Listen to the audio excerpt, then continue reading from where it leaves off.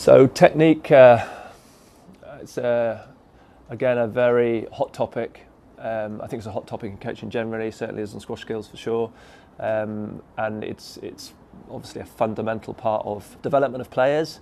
My experience is quite interesting, I suppose, in a way, as far as the journey in technique is concerned. I would probably consider myself a fairly technical player with quite a I suppose traditional swing and quite a simple swing. And my first period of coaching, certainly for the first 10 years or so, I was very much focused on the technique and the simplicity and the shape of the swing being instilled early, and that being very important. Then as the movement journey started to open up and I started to think more about the swing as part of the movement rather than a separate component, I let go of many of the fundamentals of the technique and really sort of steered away from saying you need to swing like this or need to swing like that, and thought much more or taught much more about rhythm, timing, relaxation,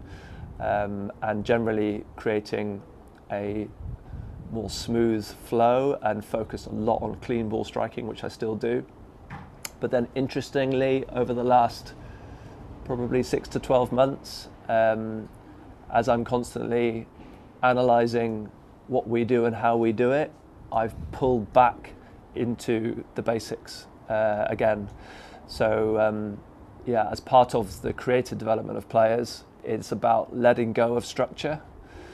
And that means it's necessary in a lot of ways to not think too technically, but at the same time there are certain environments on the court where fundamental technical skills are essential. So where we are now and where our coaching team are operating is finding that balance really between creative freedom, relaxation, rhythm, timing, but also ensuring that the basic fundamentals of swing, shape, racket face, angle, the necessities are also part of the player.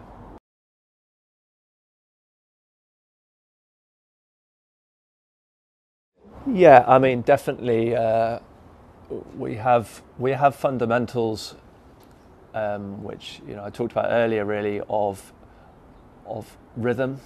I'm just a strong believer that rhythm and timing in technique and movement unlock the most amount of potential for a player to hit the ball better.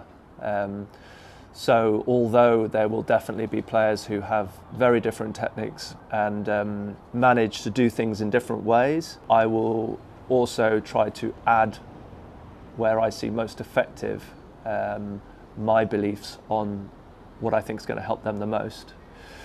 But at the same time, take into account how far do I go with that according to what is going to be most successful for that player. So yeah, for example, with someone like Mohammed, he clearly is a very explosive player, very strong, and has a very distinctive way of hitting and playing. And really my job in that journey and that project is offering him or adding things to the way he hits the ball that we agree are necessary, but also giving him enough but not too much that it doesn't complicate the process. Alternatively, perhaps with a project like Joelle,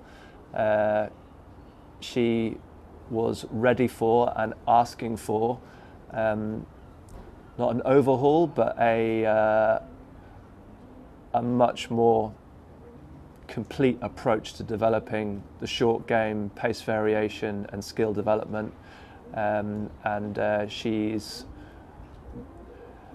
kind of bought into that and is prepared to even maybe take a step back for a period of time in order to make that process. So it really very much depends on the individual of how to do it, but certainly with all the players I want to certainly add what I think can make the difference while taking into account what they need as well.